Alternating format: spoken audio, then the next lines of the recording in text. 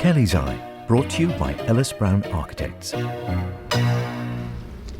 Well, you might just detect from the sound that today we're at the water's edge, and I ask Peter Kelly the usual question: what's Kelly's Eye looking at today?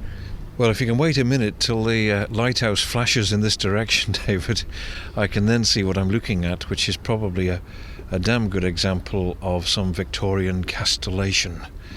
Now, we mustn't let on that it's late in the evening, not to say night time, and we're peering through the mist.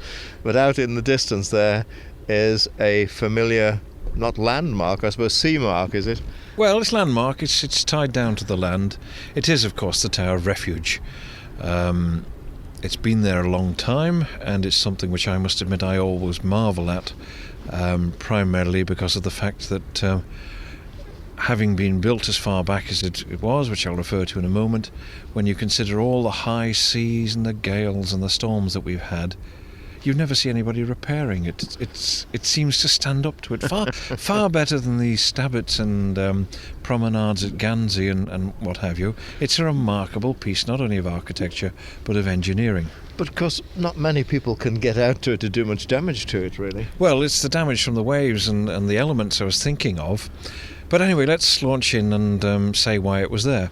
It stands, of course, as you know, on a rock, which just at this moment in time we can see a bit of it because the tide is either halfway in or halfway out, I'm not too sure. But of course, when we do reach full tide, the rock is completely covered, and that presented great problems back in the 1700s and early 1800s as well, with shipping coming across, because we only had the Red Pier in those days, which is half the length of the Edward Pier where the Edward Pier stands, and so shipping coming to Douglas for the first time would see the pier and would naturally come straight across the bay, only to suddenly find themselves up on top of the rock. On the rocks. So William Hillary decided that something was needed there to act as a beacon. When I say beacon, not necessarily something that was lit, but something there to be a marker. And so he came up with the idea of building this little tower, which would therefore say to mariners, look, I'm obviously standing here for a reason because my feet are on the ground, please avoid me. And he first broached the subject by writing to the local paper in 1831. And he proposed that by public subscription something be erected. The tower was designed by John Welsh, who'd come to the island and had designed a number of churches and actually also designed the Smelt Memorial. And he very cleverly designed it in such a way, particularly with that round tower at the back, that it would dissipate the waves rather than building a square fort-like structure.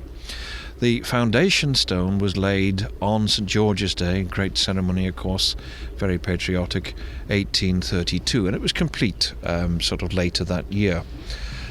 Public subscription managed to raise most of the money, not all of it by any means, something like £181, and William Hillary totted it up by the £73 that was short of the actual cost.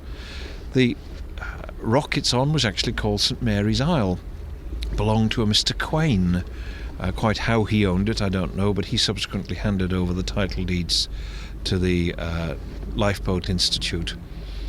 And of course, when lifeboats are mentioned on the Isle of Man, Hillary's name comes out in that connection. It does indeed, and the other thing which has happened over the passage of time is the title St Mary's Isle has disappeared, and of course we now know it as Conister Rock. And I think many people from the blastings of 10 years ago, more than 10 years ago when they were doing the breakwater, we're now quite familiar with the Conister Flakes.